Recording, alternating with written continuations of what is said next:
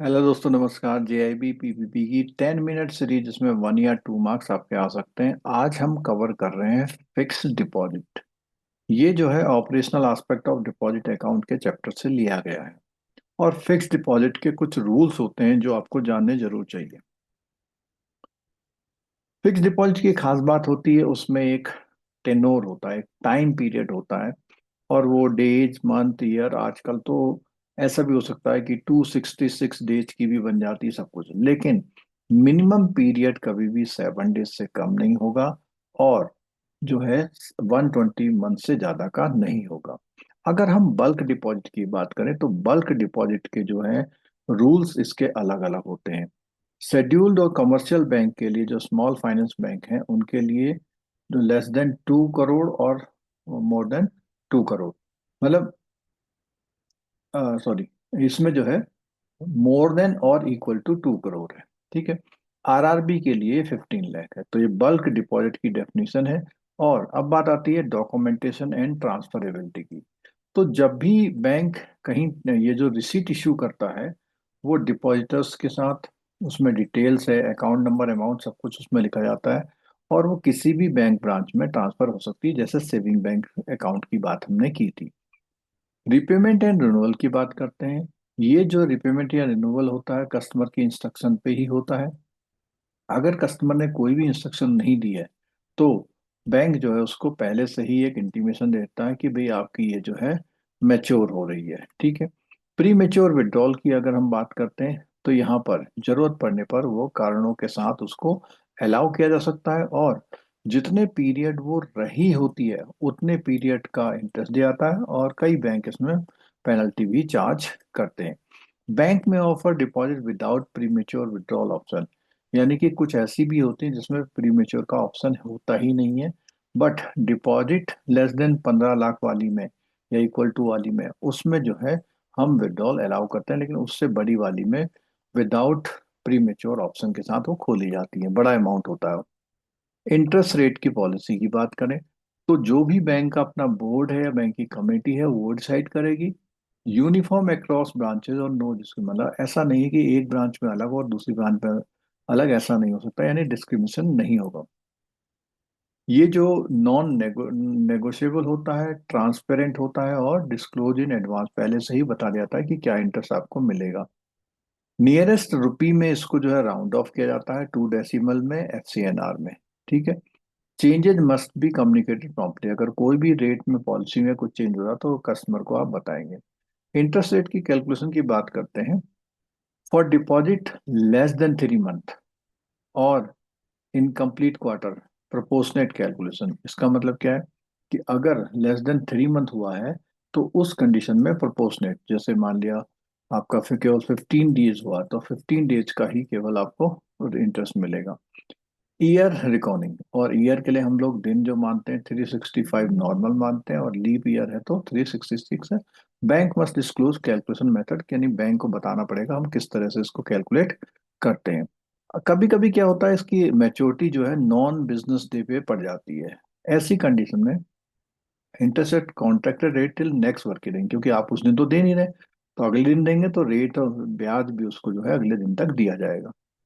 For reinvestment deposit RD जो schemes होती हैं, इसमें interest on maturity value for intervening date, तो जितने दिनों का एक्स्ट्रा होगा तो उसमें भी आपको वो अमाउंट का इंटरेस्ट आपको मिलता है। ठीक है।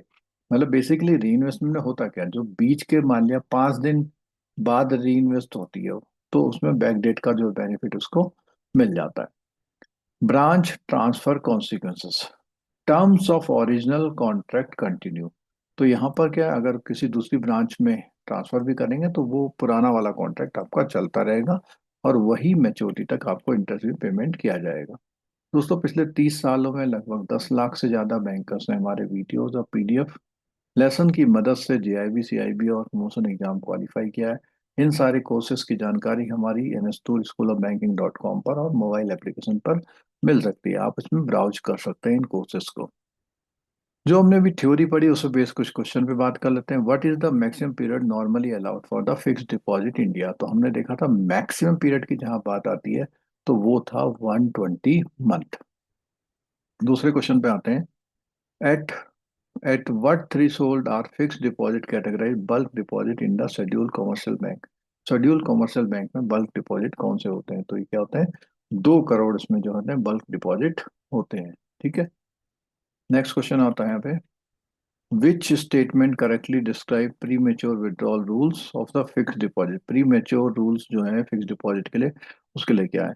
Always permitted without penalty regardless of amount, ऐसा नहीं है। Permitted with interest actual period minus penalty, बिल्कुल। जितना रनिंग है उतने का इंटरेस्ट पेमेंट होता है और उसमें पेनल्टी माइनस कर ली जाती है। लेकिन अगर वो, ये सब कुछ किसके लिए है? 15 लाख या उससे ऊपर वाले पे। 15 लाख और से नीचे वाले पर क्या है, जो विड्रॉल है प्री मेच्योर, ये अलाउड कर दिया जाता है। ठीक है, तो बी ऑप्शन हमने देखा था अभी टेक्स्ट में, सही है।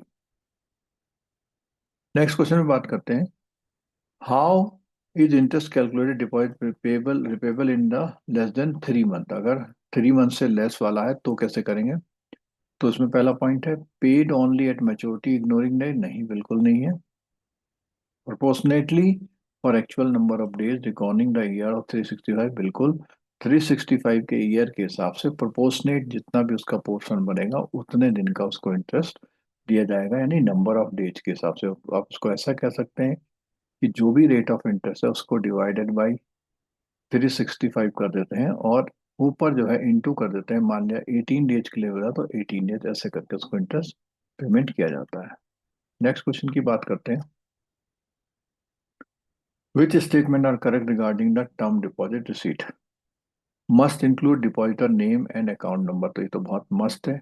Must show amount deposited maturity amount due date, ये भी बिल्कुल होना चाहिए। Must indicate whether nominated nomination is registered, तो अगर उसमें नॉमिनेशन है, रजिस्टर है, तो उसमें हम लिखते हैं कि nomination registered. Can be negotiated with the depositor for higher interest, तो इसमें देखा कि जो नेगोशिएशन है ये हायर इंटरेस्ट वाला, इसमें नहीं नेगोशिएशन होता क्योंकि वो सबके लिए एक ही रेट होते हैं। ठीक है, तो इसमें हमारे 1 2 3 यानी कि हमारा ए वाला ऑप्शन इज द करेक्ट है। नेक्स्ट क्वेश्चन है, which statement correctly apply when deposit account transfer to the branch take over? तो ब्रांच के टेक ओवर में अगर कोई अकाउंट ट्रांसफर होगा तो उसमें क्या फर्क पड़ता है? Terms of original contract continue, ये तो बिल्कुल ठीक है। Same interest rate payable till the maturity, ये भी बिल्कुल ठीक है। न्यू ब्रांच में ऑल्टर, बिल्कुल नहीं कर सकती। डिपॉजिटर मस्ट री साइन द न्यू कॉन्ट्रैक्ट, उसके लिए क्या दोबारा कॉन्ट्रैक्ट साइन करना पड़ा? बिल्कुल नहीं। तो इसमें क्या, ए और बी आर करेक्ट। दोस्तों आपने लेक्चर देखा, अगर आपको लेक्चर ये सही लगता तो आप इसे लाइक कर सकते हैं और चैनल को सब्सक्राइब करिए, बेल आइकन दबाना मत भूलिए। दोस्तों इसी तरह के और लेक्चर देखने के लिए आप लोग जुड़े रहिए, और मिलते हैं दोस्तों ऐसे ही एक इम्पोर्टेंट और अच्छे लेक्चर के साथ नेक्स्ट क्लास में। Thank you so much.